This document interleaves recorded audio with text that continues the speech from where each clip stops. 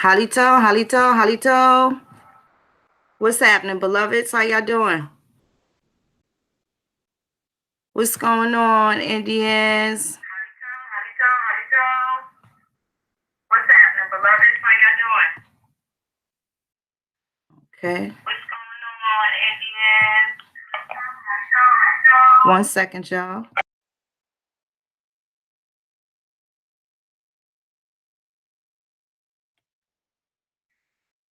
Okay, beautiful ones. I'm gonna need y'all to press 1 in the chat just to make sure y'all can hear me.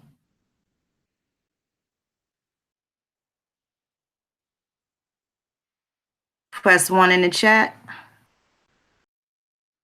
want to make sure y'all are able to hear me. Press 1 in the chat. Okay. Okay, beautiful ones. So tonight I have the beloved sister, our sister Fatou, Dr. Fatou Diarra, and she's going to drop some ones and twos in regards to the DNA and a little bit of odontology. For those that don't know what that is the study of teeth in a little more detail in specific groups. And I am going to introduce her. You want to say hi to the people, Fatou? You are live. How are you? Thanks for inviting me.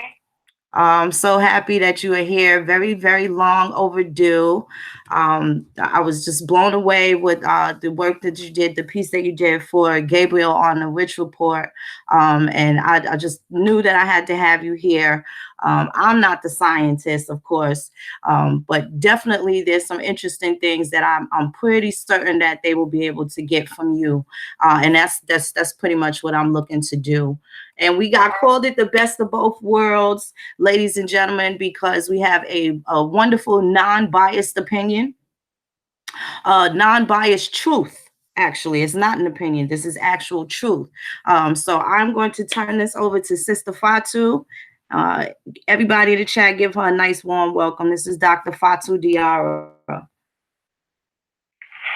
anyway, I really appreciate being on the show because I heard your interview the other day when you were being interviewed with Jabari, and they kept bringing it up to you about DNA, and well, show us your DNA test, and I wanted to say, because there's a lot of controversy with regard to DNA testing and indigenous people, and I understand what a lot of our people are saying, about our sending our DNA, and of course, suspicions with regard to it being used for nefarious purposes. And, we have a long history in this land with experiments being done on our people. I understand all of that. Then I've seen comments with regard to it not being accurate. But what I wanted to say was that actually it is accurate. That's incorrect. It's deceptive when it comes to our identity, but it's actually accurate. You see, what they're not telling people is that what they're basing these genetic tests on, in terms of the population genetics and identity, they're basing it on something called ancestral informative markers. And I really want your audience just to take note of these things and do their own reading. They can do their own reading. You don't have to be a scientist or have a science background. It's just key to understand the basic definitions and what is the basis of identity. It's something called ancestral informative markers, and basically these are markers based on polymorphism, and those are specific DNA sequences that are found in one group, or let's say a continental area versus another. And they're shared by people that belong in that continental group. So what we call racial DNA is based on something called ancestral informative markers. So when you do those kind of tests and it tells you that you are an African when you're really an indigenous person here from the Americas, what that's based on is ancestral informative markers. But that goes across from the Americas to Africa. What they're not telling you is that that's not population specific.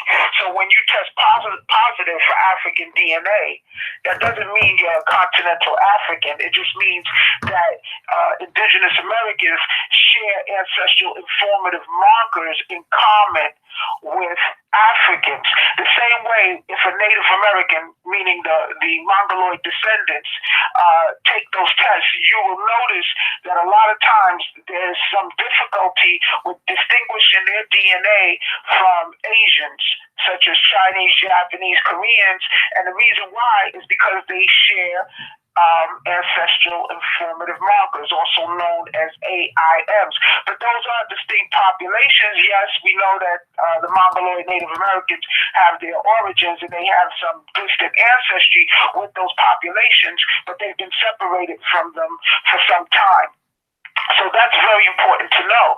So now what we have, now I want to say this, if you actually didn't even know this, but you looked at these different tests, you know, you have Ancestry DNA, you have 23andMe. I have to tell you, 23andMe is actually quite on point. Now, 23andMe will tell you that if you have an ancestor not of your basic group, let's say, okay, I'm going to use the word black, I'm black, and if I had a fifth or sixth great grandmother who was Chinese, so she's basically a different group from the group that I primarily belong to.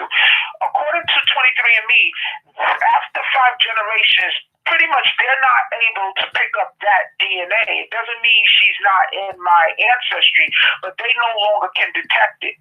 Well, when you look at the profiles, the genetic breakdown in people, indigenous Americans, so-called African Americans, who take the 23andMe test, what you will notice is that it is rare. In fact, I personally haven't seen it.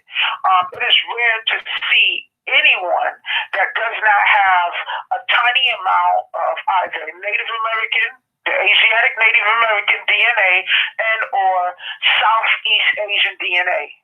Okay, you will just not find it.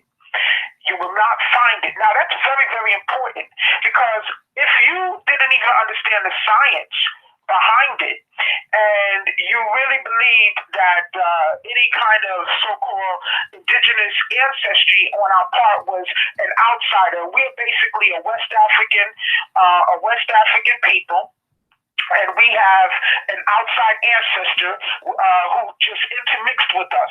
The question is, how is it that all of us, including me, and I have a 100% African father, including me, none of us will escape these detectable amounts of Native American DNA and Southeast Asian DNA. How is it that none of us will escape that if it was just one lone, quote unquote, Indian that is in your ancestry?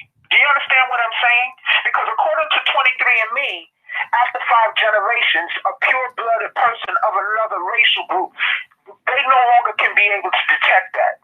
You see where I'm going? Yes. Something is wrong. And by the way, I do have results that I look at. There are a lot of Africans who participate, contrary to what people may think. It's just that so-called African Americans are not matching to them. So you're not seeing their results unless you know someone personally to look at the results. But I participated in this test, and I matched to the Ghanaians, so I see their results. They don't have those markers. Wow. Other Africans do not have those markers. Wow. But we all do. Even me. And in theory, one could argue that those markers should have been washed out, since half of my genetics will be 100% African. But they were not washed out. And the reason why, and I have to give credit where credit is due, because I learned a lot of this from Genetics Trust and Law Group, spearheaded by Tyrone Lewis Cannon. He has taught me a lot about that. That process is called genetic introgression. And that's a process where you have 2 groups who've been in contact with each other for a very, very long time. I'm not talking about no 1600s, 1500s. I'm talking about maybe a couple of thousand years or more. And these 2 groups Okay, even though they're racially different, they've been in each other's presence for such a long time that there was intermixing. Okay, that those genetic markers have literally become a part of now the indigenous DNA. And that would make sense because how is it that and I go out of my way, I ask people for their passwords, because it doesn't give me anything personal beyond their results in 23andMe. I cannot ever find a person, indigenous American, so-called African American, who does not have these trace markers. Not one. Wow. Not one. Wow. Wow. That's not incredible. One. So that should tell you that there was something going on, that the extensive presence of these markers could not have taken place from any 1700s. In our case, 1700s. If we're talking about the Caribbean, yes, you could say 1500s. But if they want to use the argument that there was Africans coming in to North America, that happened primarily in the 1700s and it peaked really towards the mid 1700s. But even if we want to believe it started in the 1600s, you cannot explain these extensive amount of markers in our genetic breakdown with this one lone great-great-great-great-grandmother who was an Indian. There's no way. We're talking about extensive intermixing. And that's without even understanding the science behind it. And okay, thank you very much. I'm sorry. So anyway, going back to now you have people who have results like, okay, 30% Nigerian, whatever, Cameroonian. Well, that's really interesting also because again, as I mentioned, I participated in this testing. And there's something called scientific detail. And there's something also called short tandem repeats, STR, short tandem repeats, and that's very important for the audience to also understand that.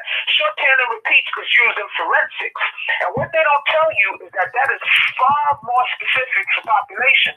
So, for example, if a piece of your DNA was found, it could be your skin, your hair, or your saliva, they would know that you, Phoenix, you are not an African. They actually know that because short tandem repeats, they have done those genetic sequences on Ghanaians, Nigerians. They have gone to these nations and they have done it. And those patterns are unique for those populations. And we do not share them. How do I know? Because in the past year and a half, they sneakily have done this. And even though they would tell you you are 70 to 80% African, right? When you go to the scientific details and you click underneath that, they have these populations broken down. They'll have Ghanaian, Nigerian, Cameroonian. Do you know if you are a so-called African American and you look at the genetic breakdown underneath, none of it lights up, but mine lit up straight across Ghana.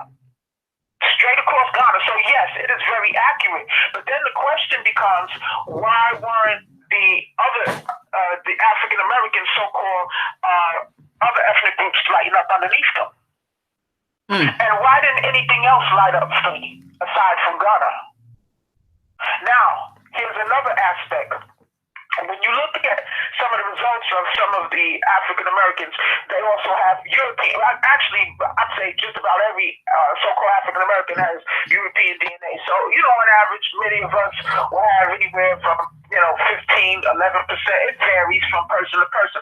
So I took a look at my uncle's DNA, and my uncle has about maybe 22% European. It's my maternal uncle, obviously European DNA, and that DNA that is down, and he has about 9% British DNA, and then they break it down to further smaller categories. But guess what? When you look at the scientific detail and you look underneath his European, guess what lit up? Great Britain.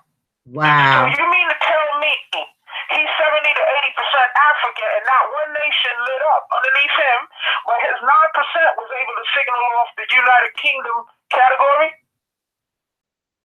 Wow.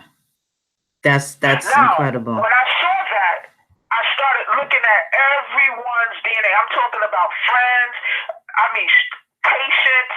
People gave me their stuff. Now, this is what I noticed. anyone who has a minimum of at least 9% in one category, it's enough to signal off that particular ethnic group.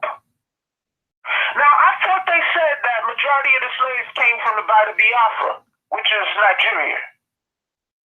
How come every African American's result that I'm looking at, there's nothing underneath, under the scientific details? None of it lights up. Wow. But mine lit up. How come African Americans who have more than 9% of a particular European ethnic group, it lights it up? But nothing lights up underneath their African category. Now, I'm not here to deny that some Africans came in the slave trade. I'm not here to deny that. I mean, I've spoken to enough people, not a lot, that can tell me they actually heard in their oral history that they had a great-great-grand parent that was a continental African. But I've met a couple of elders that said that was passed down. But then the question is, how many of your elders were these Africans? Because what I'm seeing, I am seeing lighten up, but I'm not seeing anything being lit up for the African category. Now that 23andMe snuck in some short tandem repeats, you're not seeing that. And they actually ended up proving that this so-called African DNA is not African. It's actually Paleo-American. They actually proved that. I hope y'all taking notes. I hope y'all taking notes. You know, you have, individuals say, well, we did our research. We found out that my third, fourth, fifth grade, or whoever was from, maybe this area that we now know as Guinea and West Africa. Okay, fine and well. But if you take them to this DNA test, you will see a decent amount are lighting up the European sections, and they can tell you the actual group, like my uncle, the United Kingdom section. And that's the section we do tend to light up the most. And that makes sense because of what we're dealing with primarily in our yards, the British. That's right. That's right. That makes a lot of sense. Right, so I'm not here to fight anybody who says that they have an African ancestor that came here and ended up, intermarrying into the population. But the question is, what does that have to do with your primary identity? Because clearly you have European DNA too. That's not making you a European. And 23andMe did this right in our face. Tyrone Lewis Cannon knows about that. They all know about this. So when I hear people talking about show me your DNA, I actually wish Shabari and them did their 23andMe. Give me your password, and I would have blown him away. Because he would have seen none of that stuff would have been lit up underneath. I'm not going to deny his distant African ancestor, but it's not enough to signal on a DNA test. This is why I know that when you look at, like again, as I said before, when you're looking at all of our results and you're seeing these trace Southeast Asian markers and Native American markers, that should tell you we have been in this land, not from any measly 1600s. We were here a long time. A long time. This is incredible. I don't know if you... That's the genetic proof of it. So, again, I understand people feeling a certain type of way about handing over their DNA, but the way I look at it, when you were born, they got your DNA. When you go to the doctor, they got your DNA. They got your DNA already. So my thing is, since this is the crap that they're using to keep us in this lie that we were not here, then why not participate? So I used my DNA, since I'm across, since I'm 50% continental African and my mother's from here, I used my DNA, and then I had access to the continental Africans' DNA, Ghanaians' DNA, and I could see their results. This is an unbiased opinion, beloveds. Unbiased opinion. Not to mention, I've done a whole talk, and I did a write-up on dental anthropology. Okay, now that is just looking at the physical, but understand that was also based on an article. There was an article article, a research article that was placed, that put out on the Pequot Indian descendants. During King Philip's War, some of those descendants were taken to St. David's Island off of Bermuda, and they're still there, and they know their oral history that they came from the Pequot Indians. That's As a matter of fact, when I went to Bermuda recently on a vacation, a tour guide was telling me he descends from them, and we were talking, and he's fully aware that a good portion of Bermudians also come from the indigenous population here. So this information is getting out, but that's neither here nor there. In the article, they did a DNA test on that population, and what were they getting? They were getting these haplogroups and haplotypes that they label African, L1 through L3, and the different haplotypes underneath that. That's what they're calling African DNA, okay? And any other DNA out of that was European DNA. So this population pretty much mirrored so-called African Americans. But then they said, now this was in the 1960s, not the genetic testing, but what they recalled was that in the 1960s, the World Health Organization, had a team of dental anthropologists that went there and did studies on the population and saw a tremendous amount of tooth shoveling, which is a scoop-like morphology of the incisors. Okay, the two top teeth is best seen with the top teeth in the front portion, upper portions, and also the incisors on the bottom as well. Okay, and I did a whole topic on that. And what they noticed was that this population had a large amount of tooth shoveling. So based on the dental morphology, despite these genetic tests, they said that these people were telling the truth. So I said to myself, well, if they put that kind of weight on teeth, then I wonder what it is, what my population will show. Well, I have the greatest population to study that in because most of my patients are Caribbean. I have a decent amount of so-called African Americans, and I have a lot of Africans that come to me as well.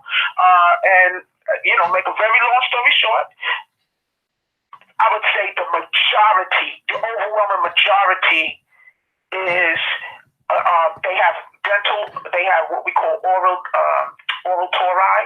That would be bumps, these bony projections in the roof of the mouth. You can read about that. Tori, T-O-R, and you'll see the population that's primarily found in, okay? And also a great amount of tooth shoveling. Okay, you will see that also in the population from the Caribbean as well as so-called Afro-Americans. Wow. That is incredibly interesting. The chat's going crazy with the information. There's already people asking if they can send you their DNA, if they can send you their analysis. Again, I know how people feel about doing this, but if you are going to do a DNA test, do 23andMe, and you can see it for yourself. Okay. Because I'm telling you, right now, as I'm speaking, they told on themselves. They tell on themselves. I love it. When I went to a barbecue in Delaware, some friends of mine, but everyone in there is Afro-American. Okay, my friend and his wife, her family's from Tennessee, his family's from North Carolina, both of his parents. His sister, her husband, they had 23andMe. I threw it up on a computer and I showed them.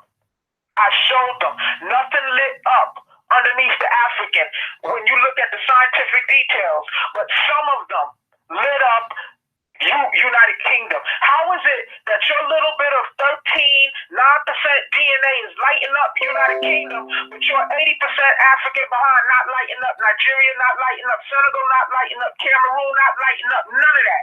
The so-called nations that populated the Americas. How is that? Wow, this is so interesting. And I won't be surprised if they change it, because right now they are telling on themselves. In fact, they told on themselves. They're not telling on themselves. They told on themselves. Wow. So you are advising that the people do 23andMe versus the other DNA tests, and for these reasons. Well, Ancestry has an advantage because it gives you access to records. I know a lot of people are especially those of us from North America, the record keeping is the best here in the Americas, in North America. So I know that people use Ancestry. So for the research purposes, yes, you would want to do Ancestry as well. And then, but 23andMe, if you want to see what I'm talking about, and yes, if you want to see what I'm talking about, these people literally proved it. But guess what? Wikipedia flipped up. When you go to haplogroup L and type in Wikipedia haplogroup L, they actually tell you that haplogroup L is found in sub-Saharan Africans, and they wrote and indigenous Americans, and stopped it right there, gave no details and gave no resources. What? And then when you look, yes, it is still there. I'm surprised they didn't take it down because they actually told on themselves. And then when you go to Native American, when you go to Native American haplogroups, they'll tell you that it's A, B, C, and D, and that's a whole other discussion because those are derivatives of haplogroup L. And who has L? We do. Wow. Okay, so that's still in Wikipedia. They use the word indigenous American, so they indirectly told you there's a difference between an indigenous American and a Native American. I understand people don't want their DNA shared or tampered with, but guess what? They already got your DNA. They got your DNA. Right. Unless it's too late. Wow. I figure like this, they already got it, so I might as well study it and, and see how I can finagle through the lies. Right. Right. This is, and here it is. Here it is. Let's see. Now you said look up haplogroup L. Here's some key terms, and I want your audience to read about this. And this is stuff that they can learn. Ancestral informative markers. Here, let me type this. Ancestral informative markers. Okay. I want them to also read short tandem repeats. Okay? They need to read about that because those are the techniques that are being used. Except they are a little quiet about using short tandem repeats because, see, that's used in forensics, and see, that starts getting into legalities. They're not being a little too open. Right. Acknowledging that, but you would know if you read about it and how it can distinguish one ethnic group from another, that's what's being done today. Because how would you know that my father was Ghanaian? Right. Right. And, it was a strong light up. So, and nothing else lit up. That is so interesting. Do you think that would you like to take a couple of phone calls? There's a couple of people that would love to speak with you. Let me see how I'm going to be able to do this. One moment here.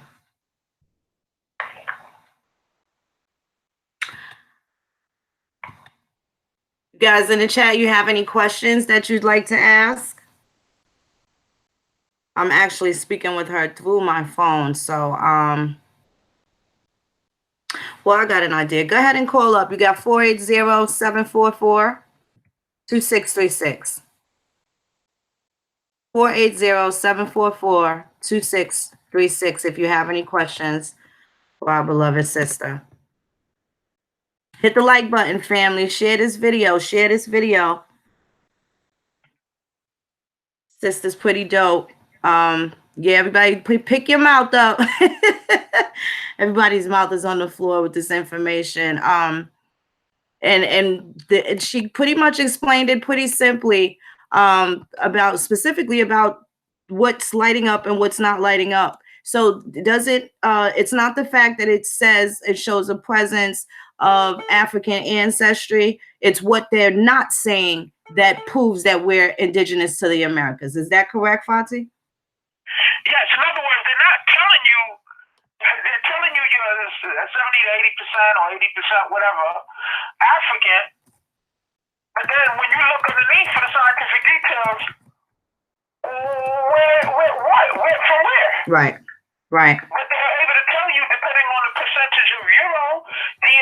or any other DNA that you have in over 8%, they're able to tell you from where it's from. Right, right. But you still know. But you know, if you don't look at the scientific details, they've updated the test and they'll tell you something Nigerian or whatever. But how come when I look for the scientific details, it's all empty? That's incredible. That's incredible. Give me 1 second. Let me get our first caller. We got Chi-Town. Hold on 1 second.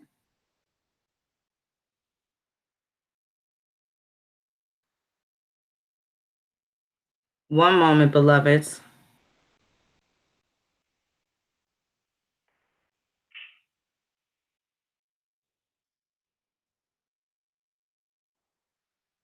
Let's get you back on the phone, Chicago.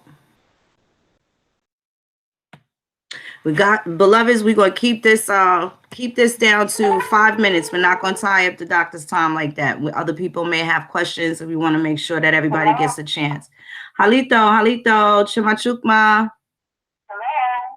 Halito, Chimachukma. Halito. All right. Now, am I asking a question now? Or Yes. Yes. No, you can ask the question now. I have doctor on the phone. Okay, wonderful. So I'm in the chat as Aisha with eyes, but I want everyone to know I'm changing that to indigenous, so that I can be included in our family here, and in this culture of new beginnings as understanding that I am indigenous. And I recently started my research into my family genealogy. So I did do the DNA test for my mother and my father and some other people in my family. I hadn't taken it yet myself, but I'm seeing the accuracy in the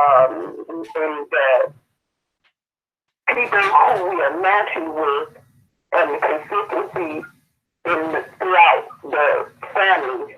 As far as matches from people who must be matching who are the DNA is coming from the early 1800s or something like that. I was surprised that DNA goes back that far, and I was wondering if I didn't remember hearing anything about how far back we can actually see our matches at.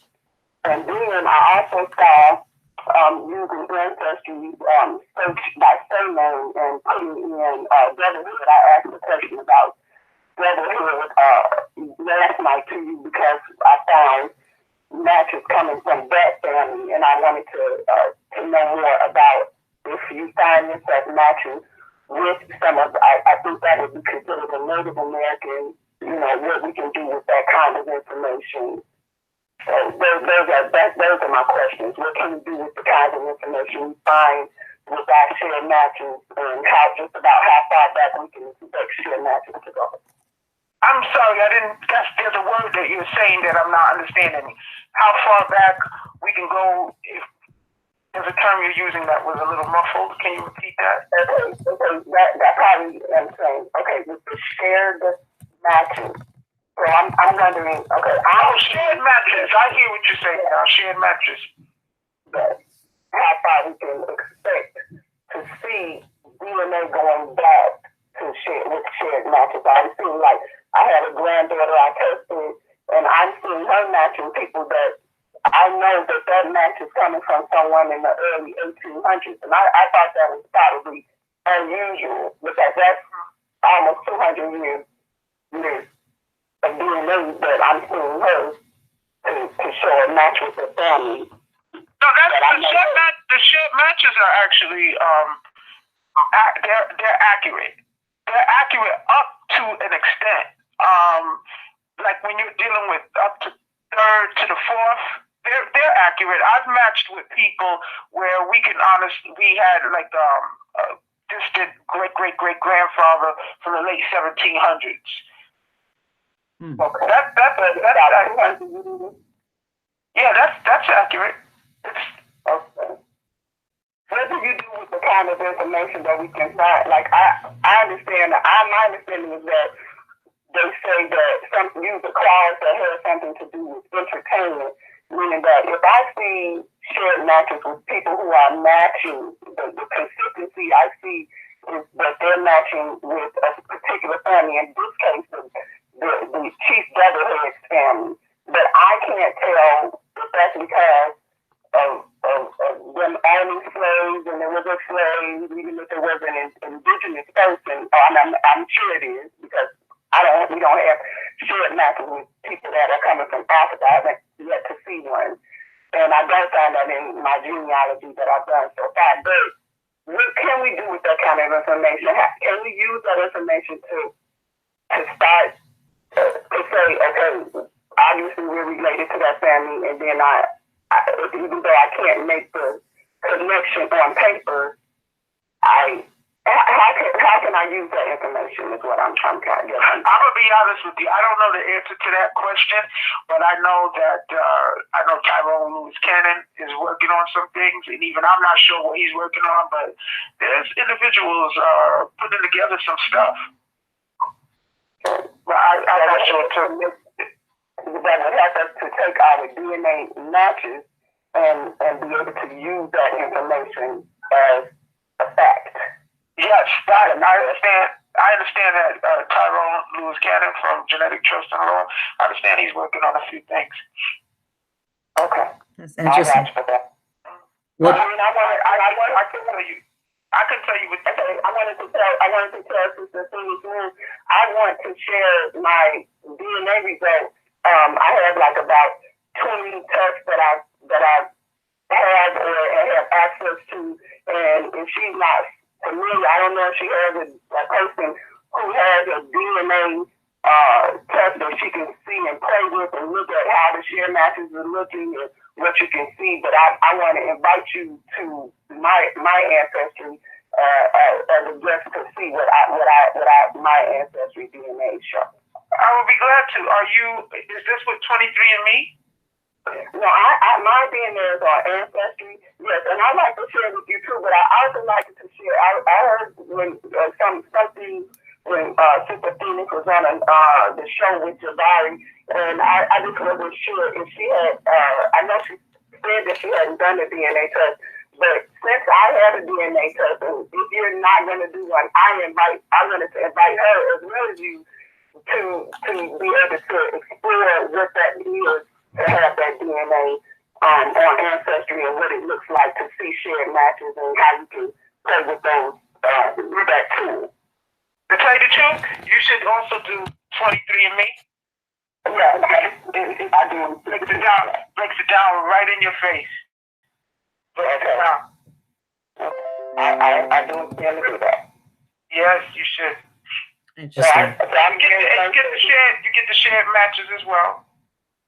It actually even breaks it down and shows you where you're related by chromosome.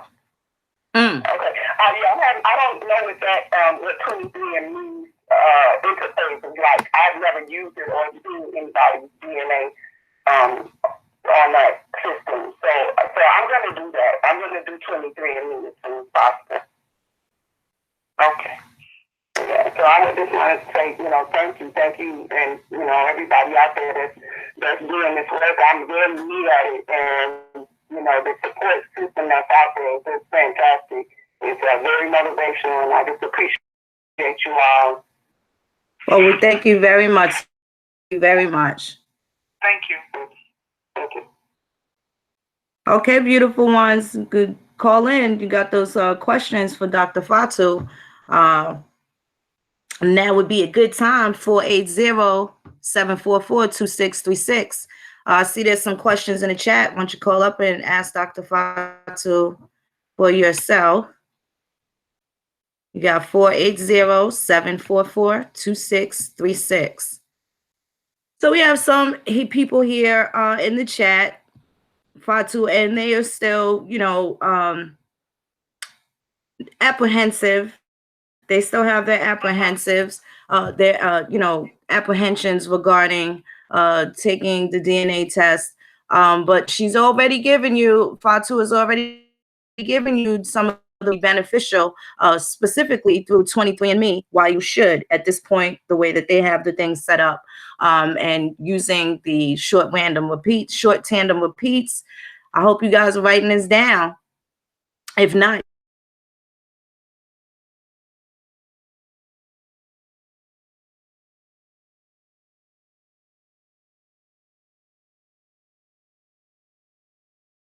that you've seen regarding the dentistry, can you give us a little more information on the teeth shoveling and some of the distinctions or distinguishing factors? Yes, it's dental anthropology, and basically teeth have different shapes, sizes. There's differences in crown shapes, and this varies from population to population. And if you read about tooth shoveling, you will find that this is documented as a characteristic with Native Americans and Asians. Okay, when you read about the general dental characteristics of continental Africans, they would tell you that they tend to have short, flat incisors. And then you read other things with Europeans as well. Now, what's interesting, you do not find any kind of literature on dental anthropology with regard to so-called African Americans, because what they want you to do is just assume that you should look under African, but we do not have the dental characteristics of Africans. We actually share the same dental characteristics with Native Americans. That's interesting. That's interesting. We have the tooth shoveling in a large portion of our population. There's also another thing that I mentioned, oral tori. And I wasn't familiar with this until a few years ago. A patient of mine, she's from Jamaica. She's a Black Jamaican. She came in for a physical, and I opened up her mouth to inspect her gums and things like that. And I don't pay attention to the roof. More or less, when I do that, I'm looking at the teeth so I can scold people about neglecting themselves and their gums and stuff in terms of not going to dentists. So as soon as I opened up her mouth, the first thing she pointed to was this bony projection, a round bony projection in the roof. And she said to me that her dentist told her that you see this in people of Native American descent, and in her case it would be probably Arawak, which I didn't really pay any mind to it, but I took note of it. Well, after that, I noticed literally like every other person from the Caribbean had it. And I was also seeing this in so-called African Americans as well. I wasn't seeing this in my African population. And when I started to read about, now I didn't know what it was called, okay, but I noticed it. So when I went to the dentist, and I was doing my x-rays, it was painful. And so he was telling me it was painful because my mouth was filled with tori. And then he, had me open my mouth, and he put a mirror in front of it, and he told me, "You see those bones in there?" I said, "Yes." And he said, "Those are tori." And then he looked up in the roof, and I had it. To tell you the truth, I never even paid attention to it in my own mouth. And he said that those are tori. So with that, I started reading about it, and I asked him, who tends to come in here with this? And now my dentist happens to be a Jamaican. And he said that the people that tend to come in his office with it would be primarily Caribbean, and he sees a lot of so-called African Americans with it as well. But again, when you read about it, now, when you read about tori, they're more honest. If you read about tori, they will tell you that you will see it up to, I think what they quote is up to a third, which is a huge portion of so-called African Americans. All right, they will tell you that. But it is also, what they also mention is that it's found in Native Americans and Asians, particularly the palatal tori.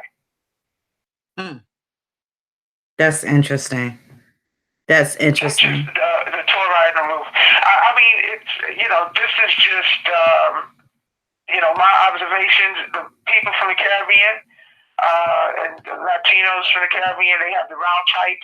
When I see it in Afro-Americans, we have the wrong type. That's just an observation. And the other thing, too, we tend to have more some mandibular tori. That would be the bony prominences in the bottom of the jaw. Mm-hmm. Whereas I have not seen that on anybody from the Caribbean, but when I do see it, it's from us. So evidently there's some slight differences from the continent.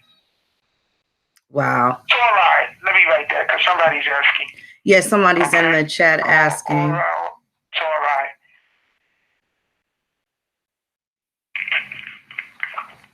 There was another question I saw.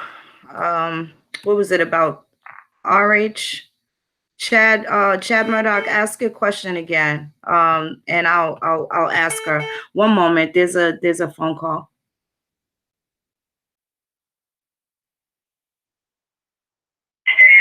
Halito.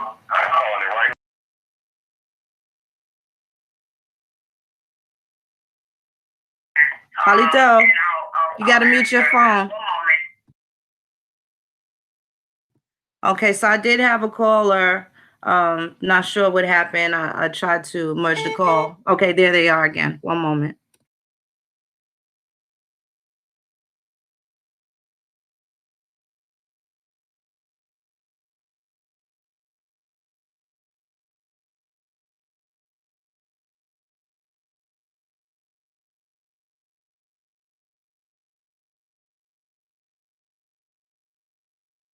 What's going on with you? What's up, beloved? How are you? Hello? Fatou, can you hear? Yes, I can hear you. Okay. Oh, yeah, I want to say beautiful blessings. I love the stuff you've been doing for the last month or two. You've been stepping it up for the Aboriginal, man. It's a beautiful thing that you want to stepping up and showing her beauty and everything. I just like to show you doing everything. I appreciate that. I appreciate that. Now, can I ask you a little weird question? Certainly. Hey, you know, like, I'm an Aboriginal Moor. You know what I'm saying? I'm saying that this land right here is Moor land, which a lot of people don't agree with. Which I agree with them. You know, there's a lot of stuff that could be said, though. But not you. Because I see you saying some certain things that qualify for both things. I'm just wondering, why are all the other Aboriginals and all the other people like Barkman and all them scared of the Moors? Why do everybody talk about the Moors, but when it comes time to talk to them, they always run? And then to come to find out that half the immigrants don't even belong to us. When they say that Jamaica, people that come from Jamaica, them dudes don't come from Jamaica, they come from Britain and they immigrate over here. So how are they Aboriginals? Well, I'm pretty sure people are doing their genealogy. I should hope to say that they're doing their genealogy. So you are saying that you think that most of the people in the Caribbean are actually indigenous Europeans? Is that what you're saying? I just want to make it clear so I understand. Is that what you're saying, brother? Yeah, I'm saying that Aboriginals are the strongest movement out here except for my movement of Moors. Yeah, y'all got a strong movement. I honor it with respect, but the Moors really taught the movement first. But anyway, I'm just wondering, how can immigrants claim Aboriginal rights if they're not from Jamaica or the Latino islands? How can you come from Britain or come from Africa and say that you're Aboriginal? Well, wouldn't that be the same for the Moors? Because everything points the Moors towards North Africa. Oh, well, you know, beloved, I can't prove that. So maybe that's a discussion that we should have at another time so we can cross-reference some things, because I haven't seen any treaties. You don't really keep talking about people. You don't disrespect people. And you say that Moors have some type of something that has to do with over here. But it's nothing against you, man. You awesome sauce. You're the greatest. It's the people around you that keep dogging them but scared to talk to a person intellectually like you, real beautiful. So I would never come on your show and say that you're wrong or Aboriginal wrong. Y'all sweet. But you know what I'm saying? There's a lot of people that be scared of us more. And I'm just wondering why they scared. And why they keep saying that. Why do everybody say that Morocco is in Africa? But they know that this is Morocco land. They know all Jamaicans call us Morenos. They know all Mexicans call us Moreno. They know that Philadelphia is in Moreland, Kansas, is in Moreland Township. They know that the Aboriginal right is just like the Moorish right. It's a title that you get for So I think that we should come together and let you prove that the Moors are not on the land because we need you or the national Moors, not the Moors in that PA Moors. I'm talking about the national Moors that look up to people like you, though. I'm just wondering if there any way that I can come together with you about to prove that some Moors bloodline from this land. Well, I will say this. Like I said, I've only been able to trace my ancestor to one that I can narrow down to a point where I would assume it would be safe for me to assume that that person would be a Moor. I saw the dub. They had a bunch of write-ups on him in Scotland. Certainly they were Highlanders, but they called him Dub, and they called his children, Black John and John Dub, D-U-B-H. So that was about as far as it went. And he's actually one of the newer ancestors that I found, but I have yet to see any Moors attach themselves, ancestrally to any of those people from any of those nations where we know for sure that they were calling these darker hued people Moors. I haven't seen any of that. So maybe if the Moors are a little more transparent with their genealogy. I'm sorry? Well, I would, that, like, again, that's, like I said, brother, that might be a discussion that we can have another time, especially if you have the genetic, the ancestry tree to prove it, or to back up what it is that you're saying, then absolutely we can have a discussion. But I don't think that anybody is scared of the Moors. I think they're pretty frustrated with a lot of things that's been happening. I would say in the last 10 to 15 years, there's a lot of people sitting in jail, listening to the wrong people. Maybe they just haven't listened to the correct person. And certainly, I'm pretty sure that people would be interested in seeing people attach themselves to Morocco. If you bring up a treaty from Morocco, then you want to attach yourself to one of the two people on either side, whether that be at that point, it would have been the United States. It wouldn't have been America. It would have been at the formation of the United States. As far as I know, for the Treaty of Peace and Friendship. So that would still, you would have to connect yourself to either Morocco or any of the Northern African lands where they are now considered what we know to be free white people. There would have to be some sort of connection, some connection to Europe. Morocco and Africa was made in 1950, and it's a CCQ trust, beautiful. Everybody in all these countries is CCQ trust. They were made in the 1900s. So what was that the Moroccan Empire? Yeah, well, I'm not even against you. You're wonderful. Wonderful. Wonderful. I'm talking about all these dudes that's in your chat that be running from us more like Aboriginal, all Aboriginals. I don't even put their names out there like Copper Colored King, the American Indian Council. Well, there's nothing wrong with saying you don't like the Moors, you don't like certain groups. Well, when people talk about them and won't be able to do what you just did, be a real person, that just shows a lot of cowardry inside your movement. Especially Dark Man X, who was an immigrant. So if Dark Man X is an immigrant from Europe, why can't the European Moors be Aboriginals? Y'all let Hebrews be Aboriginals? Y'all let it's not who we're. It's not. I don't think. Listen, honey, it's not. Let me break this down really quickly, okay? Because I don't want to go too far off of the topic. And again, this is going to be a discussion for another time. So maybe we would be able to sit down and have a discussion. I would certainly be open to that. But right now, do you have any questions for the doctor regarding Morris dentistry? If there's any distinctions in her studies that she's seen? For the doctor that we're doing the interview with, she's discussing some of the dental. And I'm live right now doing this, and I'll be going at all Aboriginals because they all scared of Moors. Okay. You're really not scared when you have real evidence. So now you be doing a wonderful job. Well, all the rest of your men friends, they scared, they cowards, beautiful, and you know they run from the Moors. Well, we'll have a conversation about that. Beautiful show. Thank you so much. Have a great day. Okay, so if there's anyone else that wants to call, we want to make sure that we stay on topic.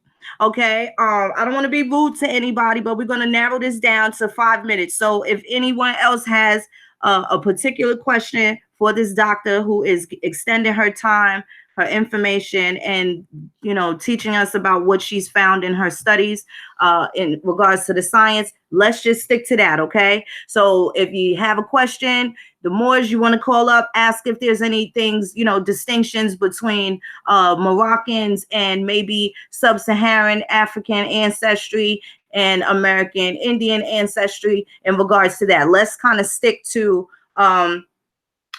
the script here. So there were a couple of other people that were calling. Let me get them on the phone. Give me one moment, please. And we're going to limit these calls to at least no more than 5 minutes. We don't want to overload with questions, and we want to make sure that a lot of people are able to be heard. One moment. Halito. Hello? Halito. Sister Phoenix Moon, what's up? Yes, it is. How are you? I'm fine. Fantastic. I'm happy to hear that. Do you have a question for Dr. Diarra? Well, yeah, I did check in late. I was cooking, for family members, respected family member of mine. Now, like listening to Dark Man X and yourself, my mom's side of the family is from St. Anne, and my grandmother, was the one that told me, we were from Jamaica, and of course, I first met, of course, as a little one, my grandmother in Des Moines, Iowa, and then yet on my father's side, father's mother's side, I do know we have Black Hawk or Fatou, the Fatou clan, and so now as far as teeth, and I'm not trying to disrespect the show at all and the doctor, but as far as just learning my lineage from, I know my family members on both sides in Jamaica, and I am going to trace that, so I hope to get in touch with you guys, but I know I did, when my grandma did first speak to me about that, I was covering Ziggy Marley at the time, because I worked in media back in the day, so that's when she told me that our family in Jamaica makes rum and chocolate, and I do love Appleton rums. So, as far as in dentistry, and I assume to keep this breezy, sweet, and nice, especially dealing with the doctor and any symptoms. I ain't bulldyking and coming like, no rough, rugged man. You gotta treat a lady sweet, nice. You know what I'm saying? But as far as chocolate and rum, how would I go about looking and dealing with my teeth and everything and tracing that to my ancestry? I know that's a crazy, silly question. I just wanted to lighten the spirit of the call, If that makes sense. In other words, your question to me is what validity learning about teeth, how it has any kind of value to us? Well, yes, ma'am. And then I would assume. I'm sorry. Please go ahead. No. It has a lot of value because you have to understand that our identities have been deliberately hidden from our people. So when you're talking about a false identity of being Africans have been imposed on the black people of this hemisphere. Okay, I use that word black in quotes. So having said that, when I was first learning about this, now I've been researching my family history. I'm 48, and I've been researching my family history since I've been 19 years old because I knew all about my father's lineage. I was always a person that loved family history, learning about my ancestors. I always was one that liked to speak to elders, even of other families. I loved learning about that stuff. But I wasn't satisfied that I was not getting the kind of answers that I wanted from my mother's side. Now, when I started learning about indigenous history, my thing was to first approach it with, prove to me that we are not Africans. So I started saying, well, if two populations are different, yes, we can all be, quote, black, but if two populations really are different and have been separated from each other for thousands of years, or they are literally just separate block populations of toughness to their lands, and they are not the same, then there should be some physical evidence for that. I already answered the genetic evidence, but where's the physical evidence? Because, people say, well, you look African. Well, you know what? Black Americans do not look African. Okay, so when you start, people say that. So I approach the matter with that. So when we look at teeth, tori, or the absence of it, moles. We didn't talk about that on her show, but I've talked about that. Moles, the presence of moles, the fact that up to a third or more of so-called Afro-Americans and Caribbeans are filled with moles on their bodies. It's not a feature you see commonly in Africa with Africans. I mean, so these are physical characteristics. They're documented. If you read about it, if you look it up and you read in dermatology journals, this is documented. When we talk about teeth, this is also documented. Now, they didn't really document so-called teeth with regard to dental morphology with African Americans. I mentioned that earlier. Well, if I'm saying that I'm noticing that average African American has tooth shoveling, and I'm seeing all these tori in black people in the Americas, and these are characteristics not documented with Africans, because they do document tooth morphology with continental Africans, then yes, it is important. It doesn't answer your question as to your individual ancestry, but it helps people, because not everybody is going to find out their exact details of all aspects of their lineage. A lot of people are going to hit brick walls, but I think it's fair. I think it is satisfying to a lot of people to say, okay, I'm from Barbados, and when I look at my mouth, or I look at Granny and my grandfather's mouth, I see these dental characteristics, and I think that clues them in to their origins, if nothing else. I'm not going to know all my lineages. It's impossible. Right. I can dig it. And Dr. Fatou, if I'm pronouncing that, I hope correctly, as you said, that's what my family in Iowa, when I was young, me and my brothers, we were all born with a mole on our foot, and we were identified, like my mom would always say, if anything happens, I know who my children are, because I can look at the bottom of our foot and see the mole. And there is a gentleman, which is an anthropologist named Dr. Horace Butler. Now, I remember when these Moorish gentlemen, Blue Pill and Red Pill, did interview him 5-8 years back. And he has a book out called When Rocks Cry Out. So he was talking about when, even 70,000 years ago, when pre-dynastic Egypt and pre-dynastic Kemet left from here, from what I see, the phenotype of Tutankhamun and the queens and the ancestors are our phenotype from here. Yet still we talk about what's brought up sometimes in Lemuria and Atlantis and so. And then also the Caribbean islands, from what I know and understand, are the Atlantis islands, the ones that didn't sink, or that land that didn't sink underwater. So still yet, yes, we still yet are the people, from what I understand of him, that was allotted this land from South America, North America, all the way down to South America, in between. And just like brothers that Dark Man X did cite, like Kamura Aua, he spoke of Utah, but of course being Judah, was every place that Moses did on the islands. But I'm just saying, we are still the American indigenous natives, the American Indians, and what other misnomers that you want to call.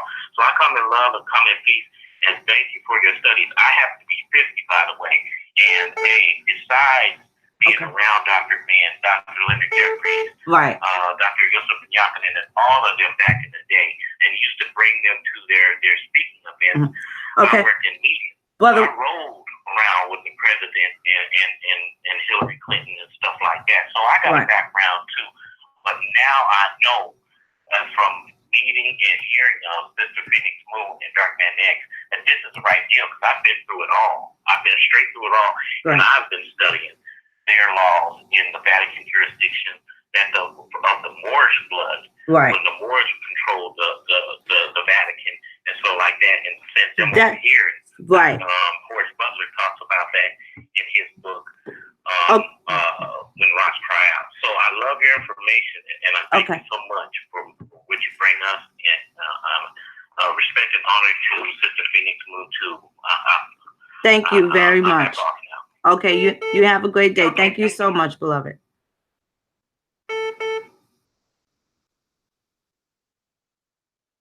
Halito, hold on one moment. Okay, there you go. Thank you so much for calling. Halito? Can you hear me? Yes, we can. How are you? I'm fine, Dennis. How you doing? I'm doing well, thank you. I got a quick question. My mom did her DNA on a company called Heritage. I'm not really sure what that is, but I did my genealogy, and it shows that it goes back to day of history, and she's still denying it, and she's telling me that hers is right and mine is wrong. And I have like physical paperwork showing, and I don't know what Heritage is, but how can I break it down from that website, which you were describing earlier? That was my question. That's it. I'm not sure. I'm sorry. I'm trying to understand. Repeat that. What did your grandmother say? My mother. Your mother? My mother. She did a DNA test with a company called Heritage. Okay. I don't know what that is. I never heard of that one. But I want to know how, because I did the genealogy for Ancestry.com and Family Search. And I'm pretty much getting the same results on both ends that American Indian. But I'm trying to show her, but she doesn't believe me. So how can I break it down as far as look at this so-called heritage DNA test that she used and show her those things that you was describing earlier? Okay, what were her results? That's what I'm not quite getting. She sent me the results. It was like, hold on, give me 1 second. 1 second. Got in the street. Okay.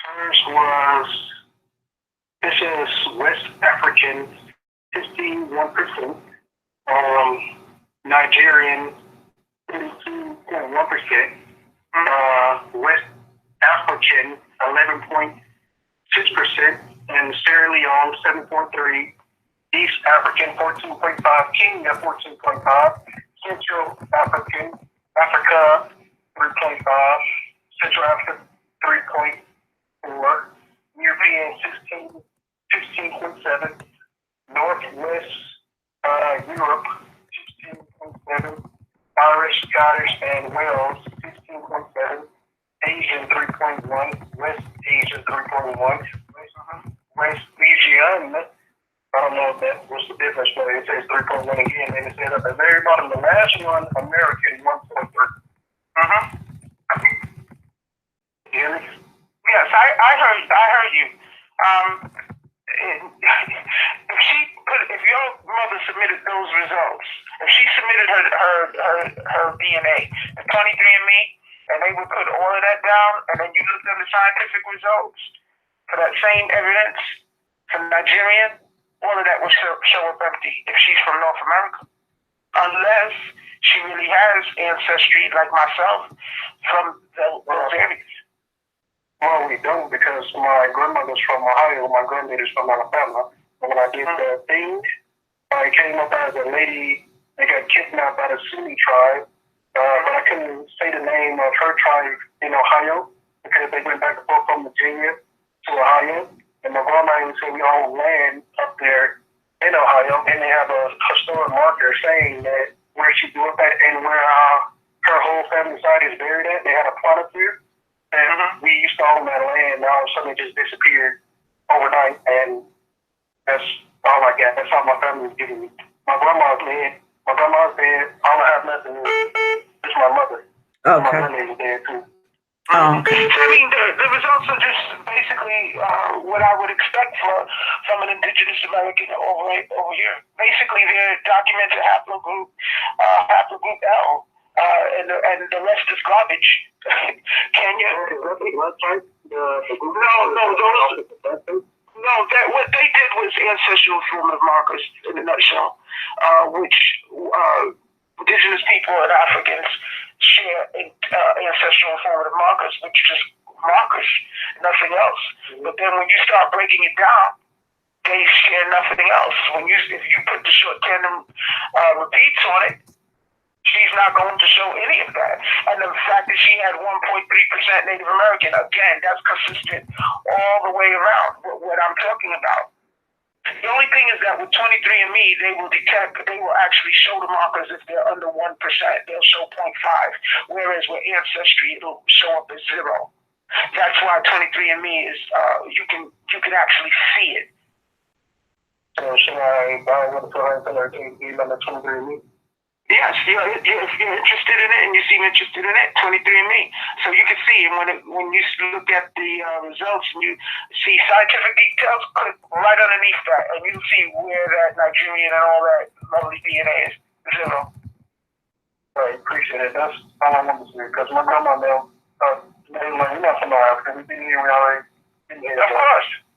Just like with the Wampanoag people volunteered their DNA, and when they took the DNA test, I'm talking about another study that was done, not the Pequot Indian descendants in Bermuda.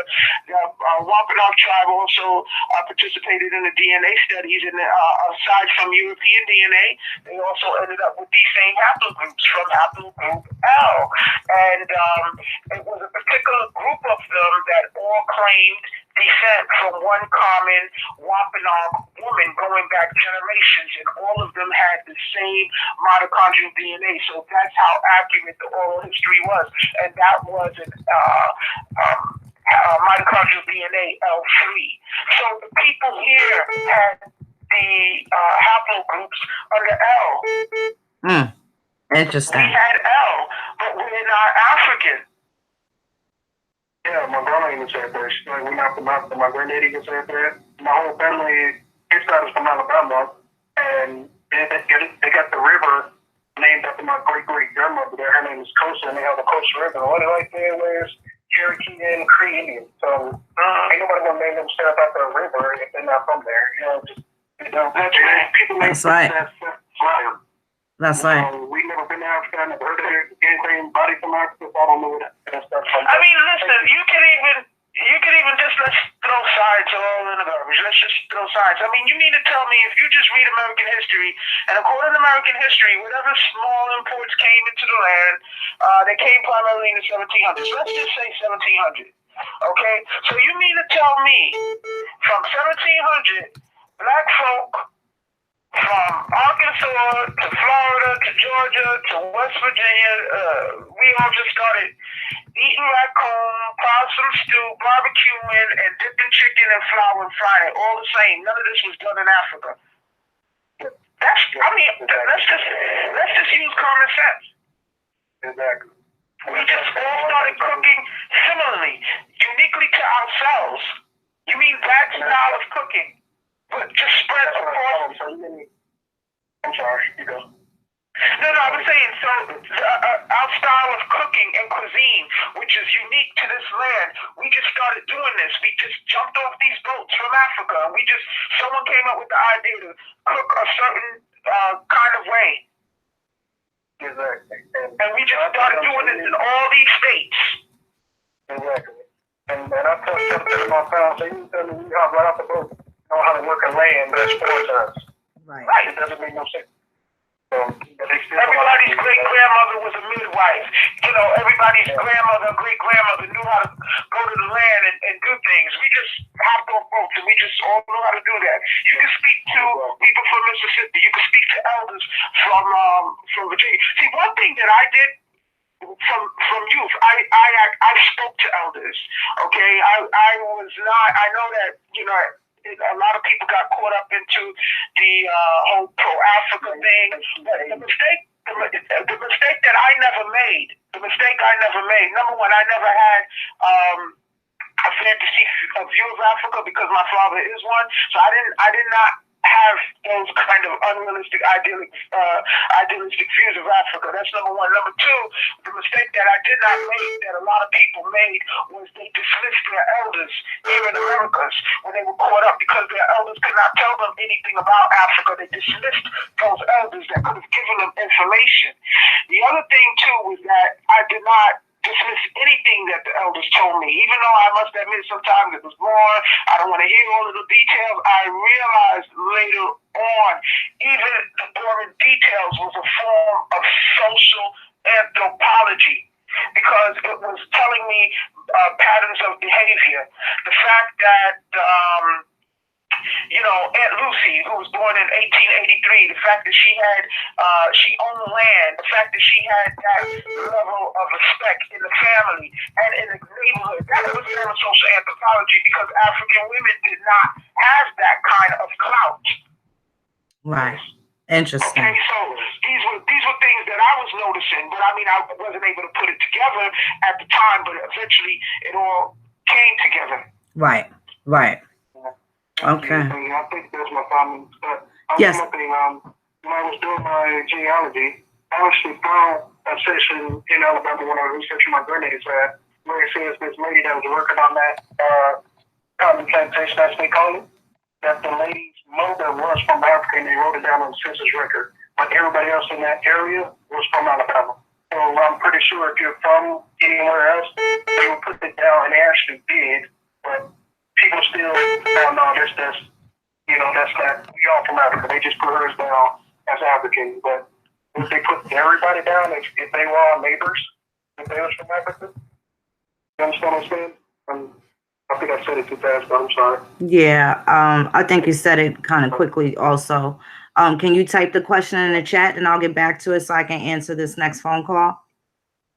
Yeah, I'm sorry. I'm good. That's all I want to know. Thank you. Thank you so much. Okay, I'm gonna call that 501, 504 back. That 504, they got the itchy dialing finger. Hold on 1 second, beautiful ones.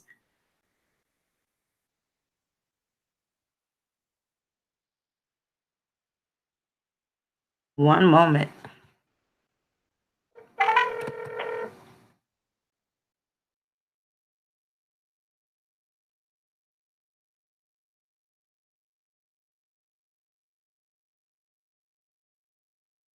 Jalito.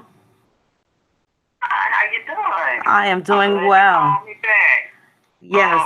I had a question about the years ago when I first started with Ancestry.com. They used to give out raw data information, and they would tell you if you had so long to make a copy of it, and then they was going to delete it. I just wanted to know, ask the doctor, what can that raw data tell you about yourself? Yes, I've done that. And in fact, a few people in the comment section was asking me about GenMatch and stuff. GenMatch is basically just different programs that were created by geneticists, where you basically take that downloaded raw data and you put it in a program, and it gives you these estimated results. Pretty much, when you have like Ancestry and these different genetic tests, they're using programs and they're based on estimated results. They're doing the same thing. So that's all GenMatch is. It's just different programs. That's all it is. There's no way to be able to analyze all of it, because all it is a bunch of letters and stuff that's on there. No, those are just sequences. You understand? So what you do with that information is that you download it, and then you go to GenMatch, and then you basically they assign you an ID number based on that downloaded raw data, and then you put that ID number in the different programs that were created. You have like a Euro type. You have different types depending on what you're looking for, and then it gives you a percentage of so-called African DNA, Native American DNA, South Asian DNA. These are just different programs. Oh, okay. Another question you're just going to be looking at alphabet sequences. You're not going to know what those sequences are. But what those different sequences are, that's called polymorphism. And they basically have a series of patterns that are common in one group versus another. That's all that is. So it can identify exactly where you what you Exactly. That's what the short tandem repeats are. They can tell you where you're from. And so I need to send this data to 23. Well, what company have you done? JetMatch. If you download it. If you do Ancestry or 23andMe, they have a feature in it, which allows you to download the DNA, and then you send it off to JetMatch. And you can play with it. You can go to JetMatch, you can play with different things. Okay, another question I have. Why is Ancestry.com keep updating your ethnicity and keep changing the findings? That's a very good question. That should tell you that we shouldn't believe what they say when they tell us that we're X number percentage Nigerian and all that other stuff. With the new updates, they look like they're trying to match us all within the British or the Irish and taking away a lot of the other things that used to show up. Well, I'm going to be honest with you, they're a little more accurate. It's more updated because I think personally, from what I'm seeing, they're playing around with that short tandem repeats, but they are not telling you that because, see, that's used in forensics. I notice none of them are outright admitting that. But that's clearly what they're doing because if you could tell me straight across that my ancestry comes out of Ghana, you're messing with short tandem repeats. Okay, what you think about family search? I'm not familiar with it. Family search is more for the document database. It doesn't. I haven't seen anything with family search doing anything regarding DNA or any type of genetic testing. Okay, I think I know what you're talking about. Yes, that's just another means of researching one's family tree. Right. Okay. Right. While I'm bringing up family search, seems like a lot of the information that I'm finding on family search is giving more detail than some of the data that I see on Ancestry. Yes. You notice that, Phoenix? Yes, there's going to be, because family search is through the National Archives. There's also the Church of Latter-day Saints. So oftentimes when you go through the National Archives and you go through the genealogy, it's going to direct you to familysearch.org. Even though familysearch.org has a plethora of this documentation, it is run, of course, by the Mormons. But if you go directly, also create an account with a different email to the Church of, I think it's Jesus Christ of Latter-day Saints, the LDS. That is directly with the Mormons. So for the documents that are not going to be visible on Family Search, when you are logged into your LDS account, you are able to physically see some of those records. So birth certificates have to be, I believe, like more than 100 years old in Virginia in order for them to be able to, be public where you can see them. So this next couple of years, well, certainly for my grandparents, I'll be able to probably get past having to pay for those birth certificates. But you can also create an LDS account, and that is does have a lot more. It just has different information. There's still going to be other sources as well for genealogy, like the military records and things of that nature as well. So you're not just limited to Ancestry.com or the familysearch.org or even the LDS account. There's going to be tons of other documentations that you'll be able to acquire. Okay. Thank you so much. Thank you so much. Peace a lot, okay, so I know that there were a couple of other calls. Let me make this one. This one was calling also. 910, cousin, I'm calling you right now, beloved. One moment.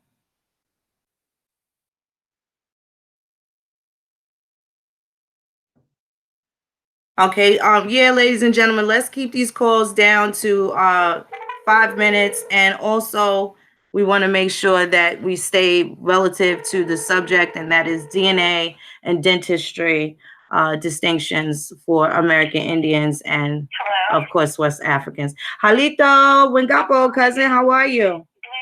How are you? I'm doing well. I'm doing well. Let me merge the call. Hold on one moment. Okay, there we go. We got Fatou there.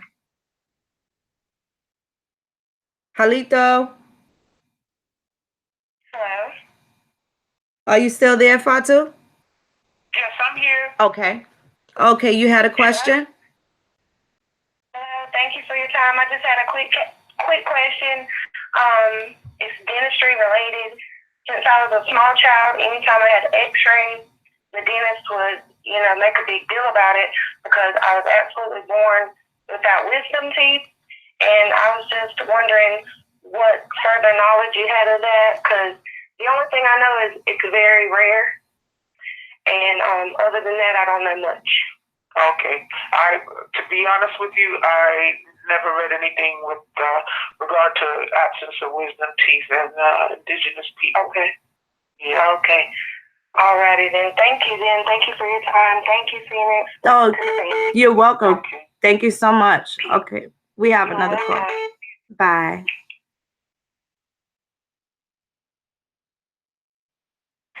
Halito.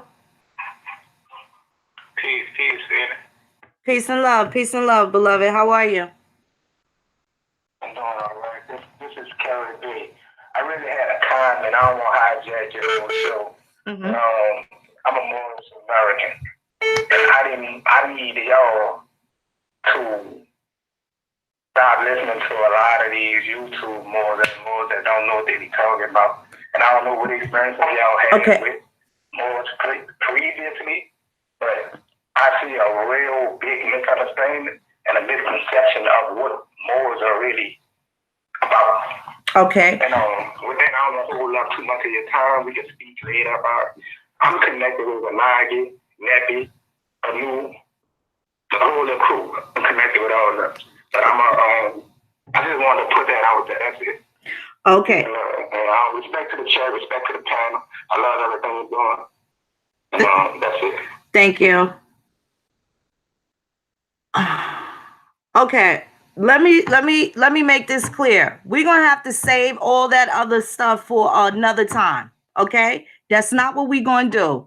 Okay, and I promise that the next call, I'm gonna hang up. I'm not even gonna. As soon as I hear it come out, I'm hanging up. I'm trying to be respectful. Let's stick to the topic. Let's respect the doctor's time. Let's respect the bill. I hope we clear. All right.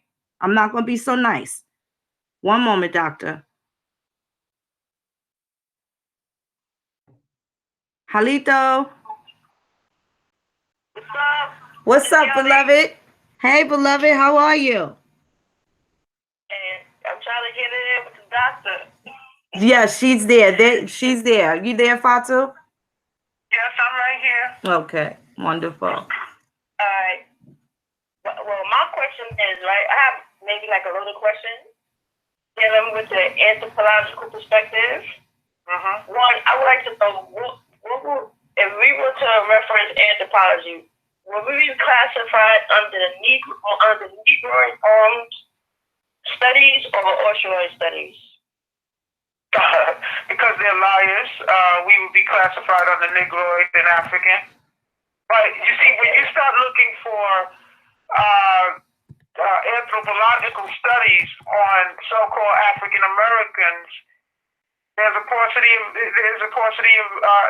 information there. See, and that, I mean, I'll be honest with you, because it's not there, something is wrong. See, what they do is they leave the person doing the reading to their imagination, so naturally you're going to look under the category of African. But we do not have the same anthropological characteristics with Africans. Not when you're talking about teeth, not when you're talking about dermatology. Right. Okay, understood.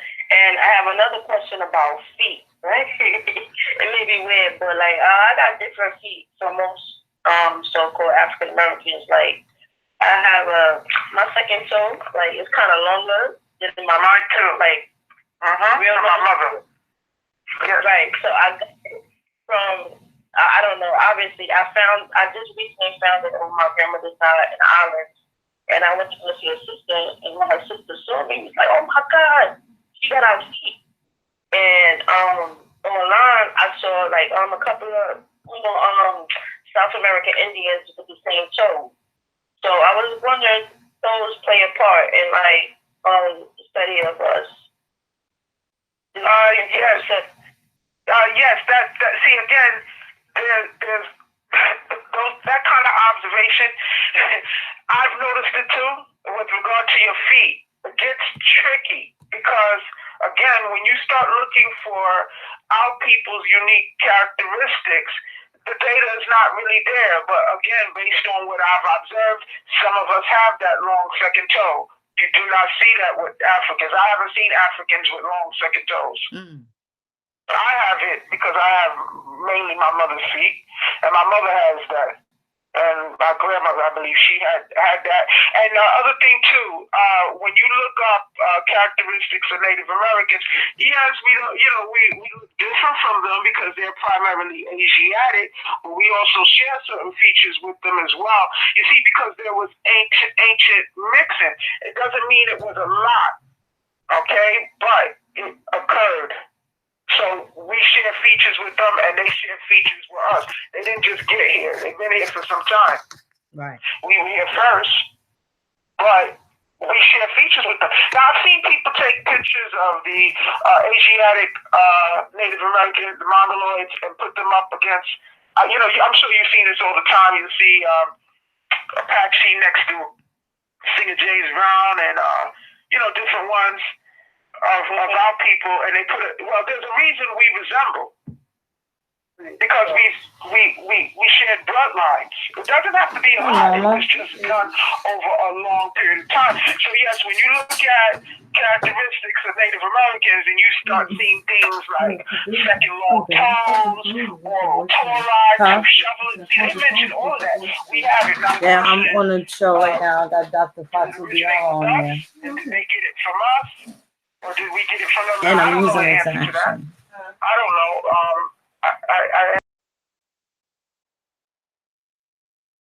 I don't know, but the point is, we share that with them, and they share that with us.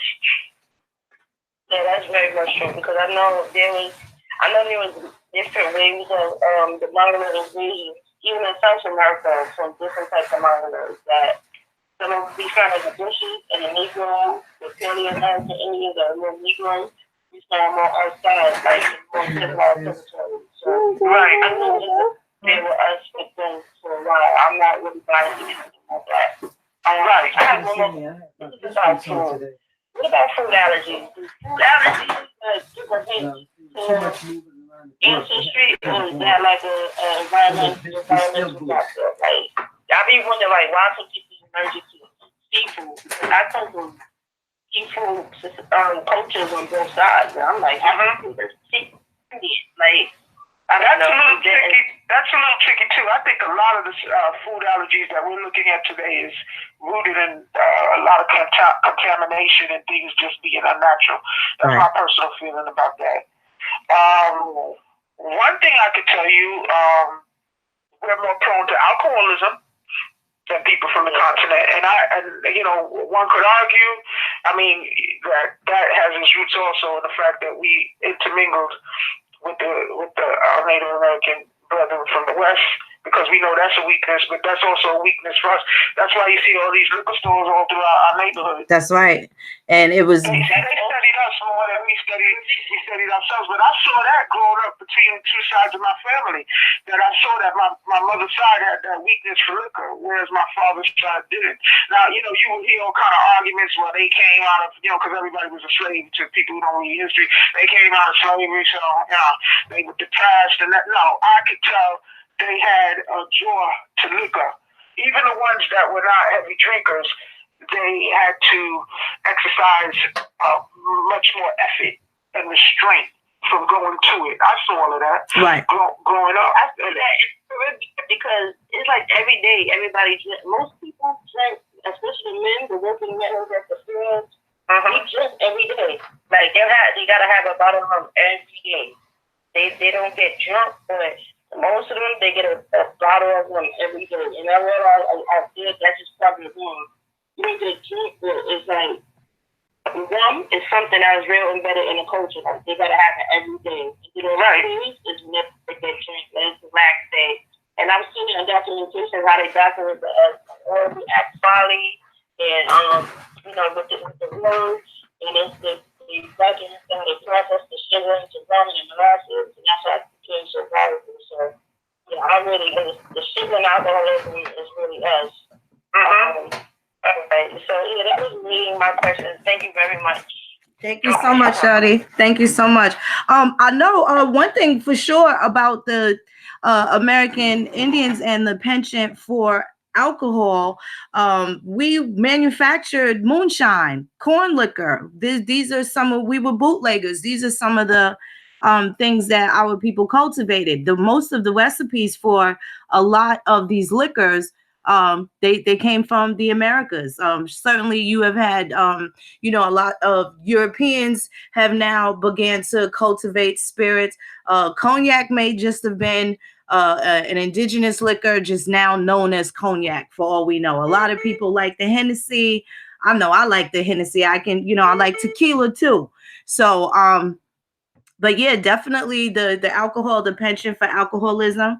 I can attest that I have in most of my lifetime, I've hardly ever seen any alcoholism. And working in facilities, Al-Anon and sponsoring Al-Anon meetings and stuff like that, I've very rarely have I ever really seen any people of continental Africans that have alcoholism problems. You very rarely see that. You very rarely see that.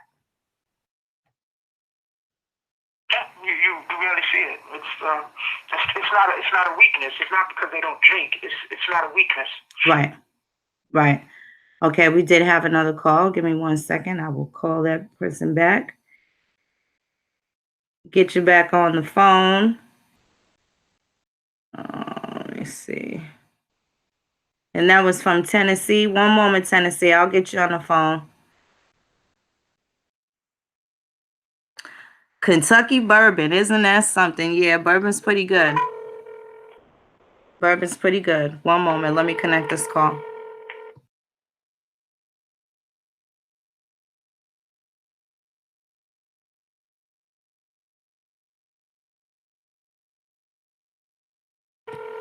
Okay. Okay, well, I'm not sure what happened, but Tennessee, I did contact you back. I did see that you were calling while we had Sister Yardie on the phone. See, we had a couple of other people trying to call. I'm going to call this Georgia number back. Here we go. One moment.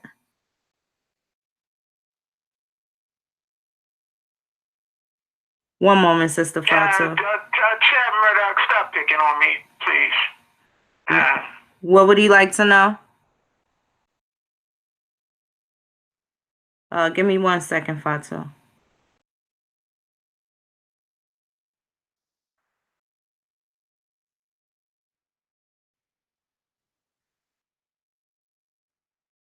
Okay. I'm trying to contact this number. Okay, I did get that person on. Call back, Tennessee. There you go. There you go. One moment, Fatou.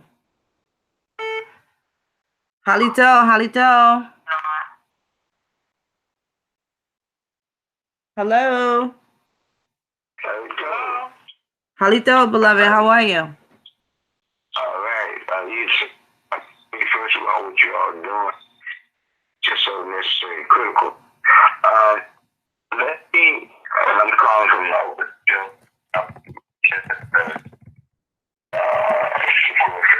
Memphis, Tennessee, City.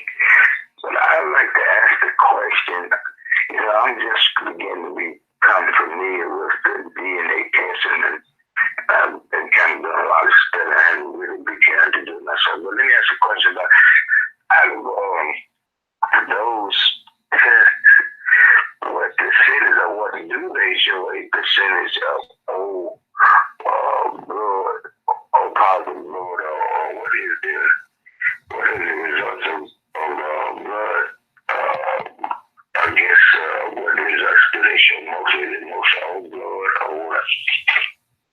Oh, you're talking about blood type?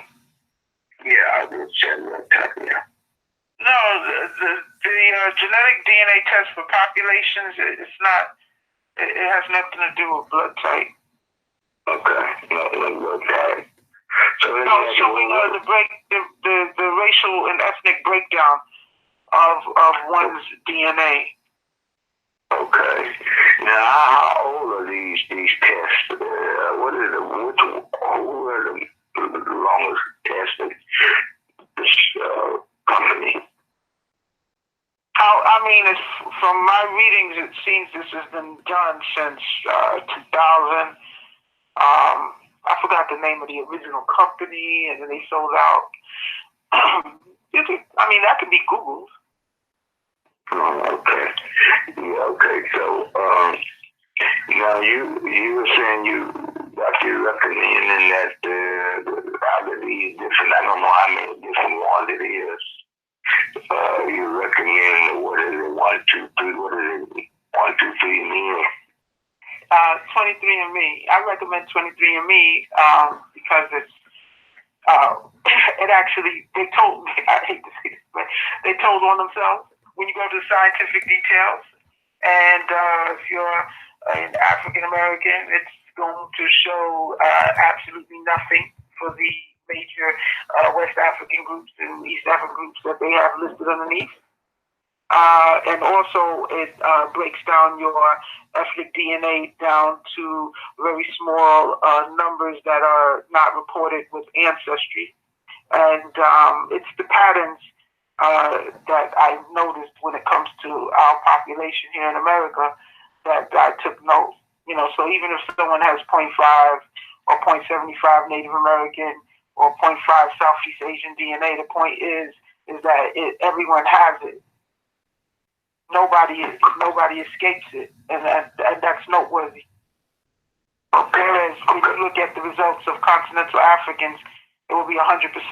They will not have these trace markers. And not one African American that I've seen can go without having these markers present. Okay, great. So, the last question is, those tests, once you submit them, the cost of them, 1, and 2, what is the turnaround time once you submit them? And I'll hang up and see. I appreciate you. It depends on how many samples they're receiving. Sometimes it could be 6 weeks, sometimes over 2 months. Those are usually the standard turnaround times before you submit it and get your results. All right, Mr. Moon. We appreciate you, and you keep up the good work, sister. You got my support from the Southeast Territory to open the show. Thank you so much. Thank you very much. Peace and love, beloved. Peace and love. Okay, so we did have a call from Texas. Let me get back to Texas. Un momento, beautiful ones. Thank you for respecting the time and keeping the questions down to 5 minutes. And certainly thank you for keeping the questions relative to what we're actually speaking about here. One moment, let me get Texas on the phone. They were trying to call while the other brother was still there.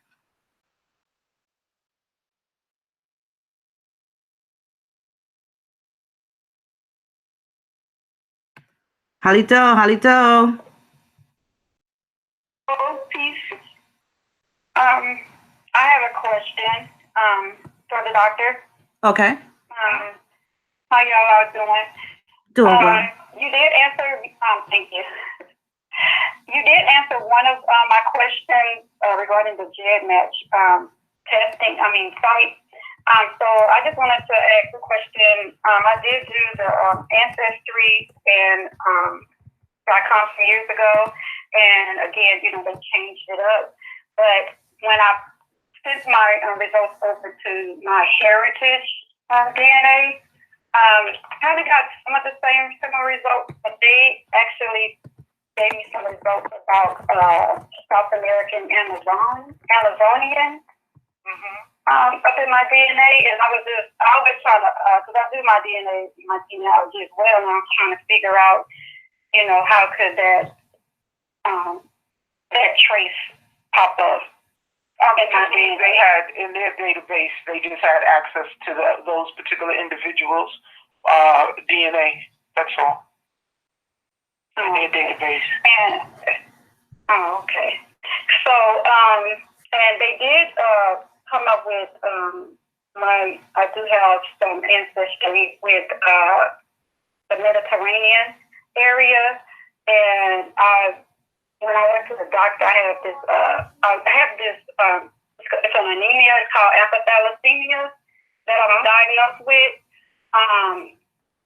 which a lot of I just got recently diagnosed with it, and that was because my doctor told me a lot of doctors don't test African Americans for that, specifically because it's related to most people who are from Iran or Middle Easterns or the Middle East.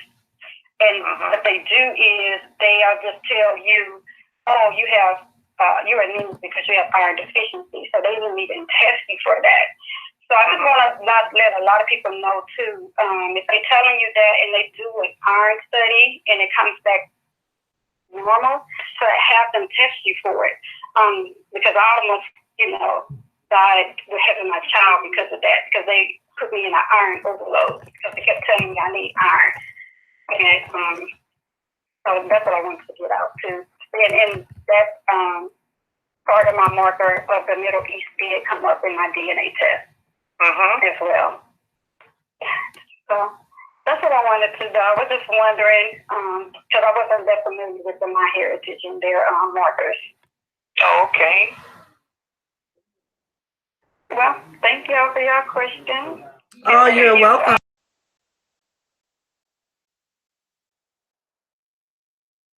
Thank you very much. Thank you very much. Okay, we do have another caller.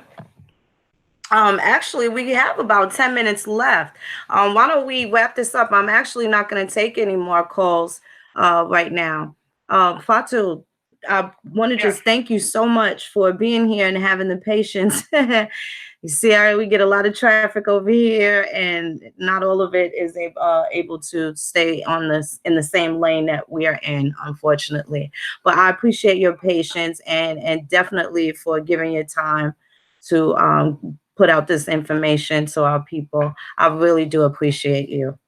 It was my pleasure. Certainly, take the floor. You can close this out for us. Bring it home. Bring it home. Well, I just would like to encourage the audience to just to read about the DNA. I understand, their reluctance, some individuals' reluctance to participate in it. I understand that they should not use it to dismiss what their elders are telling them. But unfortunately, the naysayers are using it to dismiss our claims to this land, and it's not going against you. If you actually truly study it, what happens is a lot of people don't go beyond the simple results that are thrown to their faces. So I would like the audience to look up basic definitions, haplogroup, haplotype, ancestral informative markers, short tandem repeats. Okay, and read about ancestry informative markers and ancestry DNA. Read about ancestry informative markers and genetic racial group genetic testing. Okay, read about it because the information is there. If you are going to participate in any kind of DNA testing for ethnicity, use 23andMe.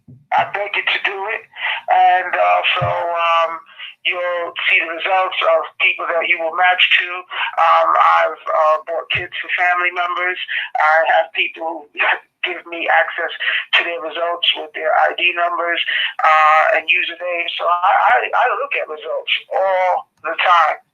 And that's what they're banking on, that you're not looking at other people's results because, you pay your money, you just want to see your results.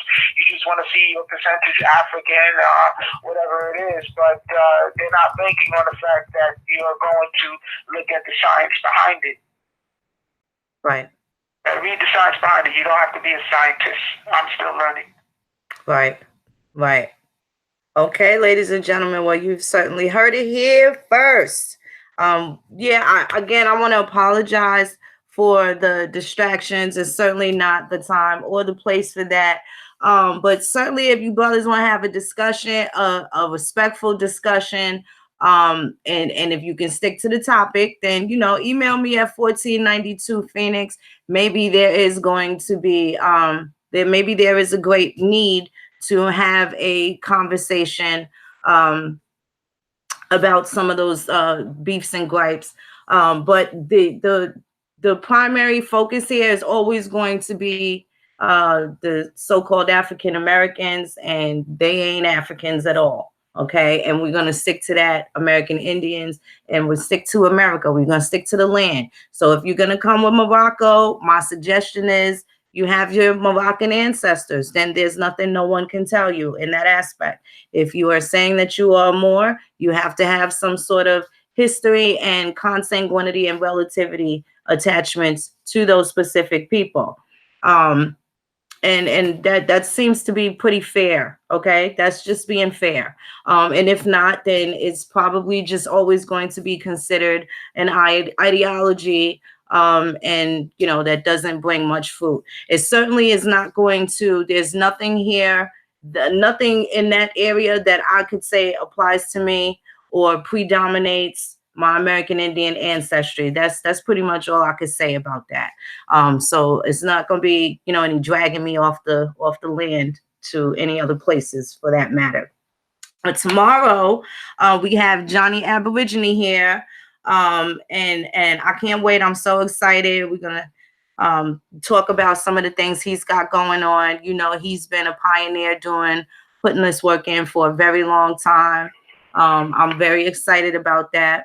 And again, closing, I just want to thank you so much, Sister Fatou Diarra. I hope that at some point we can have you on again after I get more learned about this topic. I did read up on some of the things that you told me to check out, the short tandem repeats and the SNPs, and it's going to take me. Haplotypes.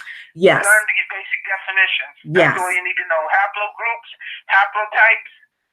Okay? Right. Absolutely. Understand ancestral informative markers and short tandem repeats. And as you read about that, you'll understand just the basic jargon that's used. Right. Right. I definitely appreciate that. I wish that some of the Pan-African brothers that had so many questions were able to call and speak to. I'm sure they're listening anyway, but it would have been nice to have them ask some of those questions that they would have loved to have asked, and to be able to have someone answer them in a non-biased opinion or briefing. I do appreciate you, Fatou. Everybody in the chat, y'all live. It's much love. It's much love. I'm just going to ask everybody else going forward, you got to be respectful for my guests. Even if there's somebody on the opposite side of the fence that I don't agree with what they say, I'm always going to be respectful as long as they're respectful. So there's not going to be any need to be belligerent or aggressive or anything in that capacity. We got to start being diplomatic and being able to have conversations with people that have diverse, ethnicities, backgrounds, just like we do in everyday life. Not everybody that you are working with or surrounded with is an American Aborigine. So you got to stop it. They're not cashing all your paychecks. There is some European people that you have to interact with and speak with. The person that takes your rent money, your toilet gets broken. You probably not calling too many African Americans or American Indians to come and fix your toilet because they own the house. So stop acting like we're not going to have relationships with other people outside of American Indians. That should not be something that's even expressed. We are not biased. We are the soul people, and we've always taken in everybody. That's just what we do. So let's kind of just stick to being respectful of everybody. We don't always have to agree, but we're gonna have to do some business. Unless you plan on wiping everybody else out in the goddamn world, don't think that everything that you do in your everyday life is always just gonna include the American Indians. That's not how we doing it. We just want to take care and be able to cultivate on some of the history and our culture that was lost. But we definitely, I'm not here to hate anybody. I'm not here to do that. That's not what I do. Some of y'all are friends with me on Facebook. You see my my friends list. Those people been there way before any of these Aborigines that I call friends and family now. I'm not getting rid of them. They're not going anywhere. You see what I'm saying? So that's not what it's about. They support me. They're Team Phoenix. They're not worried about who I say I am. They know me. They know the person. They don't look at me as a bigot. They don't look at me as biased. Right? So, and this is the same respect we got to start showing people. We can show everybody that we are diplomatic and we have some couth and decorum about ourselves. You wouldn't just go shouting out like the damn Israelites on 7th Avenue, calling people white devils and African booty scratchers and all these other torts and shit that we say when we in battle mode, right? You wouldn't do that. So when in that respect, when we have these guests and we have these conversations with other people outside of this community, we still want them to be respectful and we want to be respectful to them. We still going to have relationships with other people outside of ourselves. And until we have complete control over how we get along with each other, it ain't for us to be disrespecting nobody else. That's just real shit right there. That's real shit right there. So other than that, I thank you, beautiful ones. MJ, happy birthday to you again, beloved. Happy birthday. Stay safe. I hope you have fun. I hope it's as dope as you are too. Everybody else in the chat, it's turtle love. It's a turtle world. Phoenix love you. Chipisa la chike, chihululi.